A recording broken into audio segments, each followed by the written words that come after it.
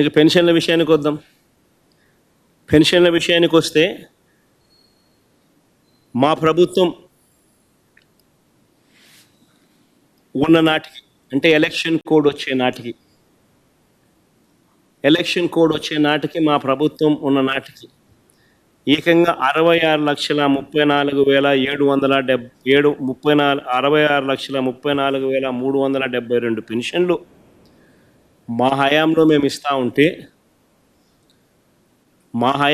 ఇస్తూ ఉంటే ఈరోజు చంద్రబాబు నాయుడు గారి పాలన వచ్చేసరికి ఏకంగా 62,10,969 పడిపోయి చంద్రబాబు నాయుడు గారి 10 నెలల కాలంలో, చంద్రబాబు నాయుడు గారి పాలనలో 66,34,372 పెన్షన్ల నుంచి ఎలక్షన్ కోడ్ వచ్చే నాటికి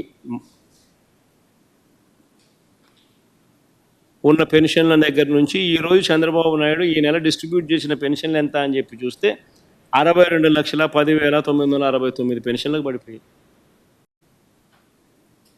కొత్తగా ఒక్క పెన్షన్ అనేది యాడ్ కాల. ఉన్న పెన్షన్లన్నీ కూడా తగ్గించుకుంటూ పోతా ఉన్నారు. దాదాపుగా కంటికి కనిపిస్తాం, దాదాపుగా 4 లక్షల పెన్షన్లు తగ్గినట్టుగా.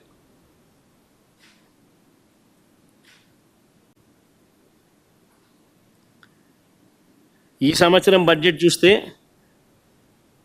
మామూలుగా పెన్షన్లకు 32,000 కోట్లు ఖర్చు చేయాలి. 66,34,372 లెక్కన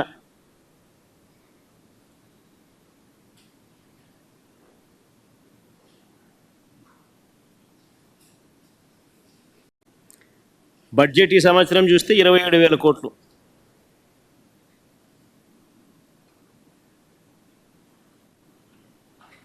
కృష్ణుడా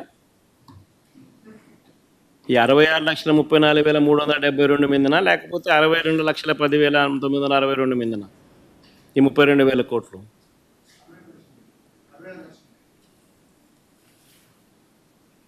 $5,000 కోట్లు తగ్గింపు. పెన్షన్లు ఏదైనా పెరగాల్సింది పోయి ప్రతి సంవత్సరం, ఈ సంవత్సరం నుంచి నెక్స్ట్ ఇయర్కు పెరగాల్సింది పోయి బడ్జెట్ అలొకేషన్ తగ్గుదల కనిపిస్తూ ఉంది.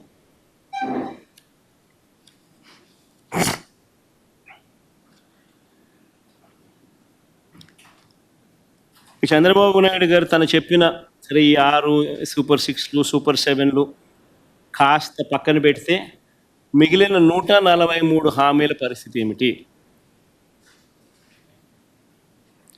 అందులో మచ్చుకు కొన్ని చెప్తా, వాటి పరిస్థితి ఏమిటి అన్నదానికి కూడా కొద్ది గొప్ప ప్రజలకు కూడా కొద్ది గొప్ప తెలిసి ఉండాలి. కాబట్టి బీసీ ఎస్సీ మైనారిటీలకు 50 ఏళ్ళకి పెన్షన్ కట్, వాలంటీర్లకు 10,000 జీతం, అసలు 10,000 కదా దేవుడు అడుగు, ఉన్న వాలంటీరే కట్టు, పెళ్లి కానుక 1,00,000 కట్టు, పెట్రోల్ డీజిల్ ధరలు తగ్గింపు అన్నాడు.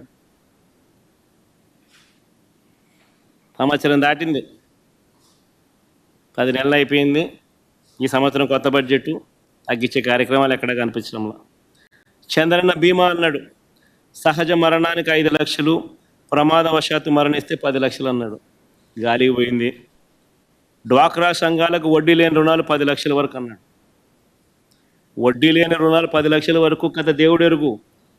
డ్వాక్రా సంఘాలకు సున్నా వడ్డీకి ఇచ్చే రుణాలు నేరేడు సంవత్సరం 950 కోట్లు పెట్టాడు బడ్జెట్.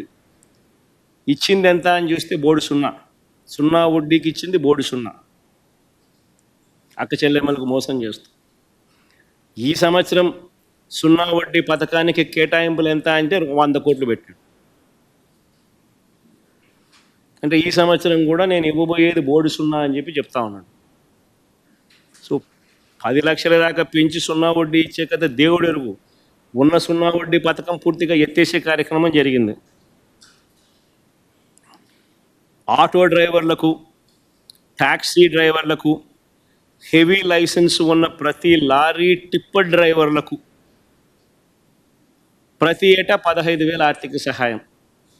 ఒక జగన్ వాహనమిత్ర ఇస్తున్నాడు కదా, నేను కాంపిటీషన్గా 15,000 ఇస్తానని చెప్పి తీసుకొచ్చాడు ఈ పథకం. ఉన్న వాహనమిత్రకు పోయింది, పెడతానన్న 15,000 బిర్యానీ కాస్త అది మోసంగా తయారైపోయింది. ముస్లింలకు మైనారిటీ ఫైనాన్స్ కార్పొరేషన్ ద్వారా 5 లక్షల వరకు వడ్డీ లేని రుణాలు అన్నాడు. ఒక్కడికి ఇలా వడ్డీ లేని రుణాలు ముస్లిం మైనారిటీ ఫైనాన్స్ కార్పొరేషన్ ద్వారా 5 లక్షల వరకు వడ్డీ లేని రుణాలు. ఇంకా ఇలా ఎన్నో ఇలాంటివి ఇంకా ఎన్నో. ఆ 143 ప్రామిసులు చూస్తే ఇవి కాక ఈ పెద్ద మనిషి చంద్రబాబు నాయుడు ఇంకా ఏమన్నాడో తెలుసా? ఇది వెరీ ఇంట్రెస్టింగ్, ఇదంతా మీరంతా వినాలి.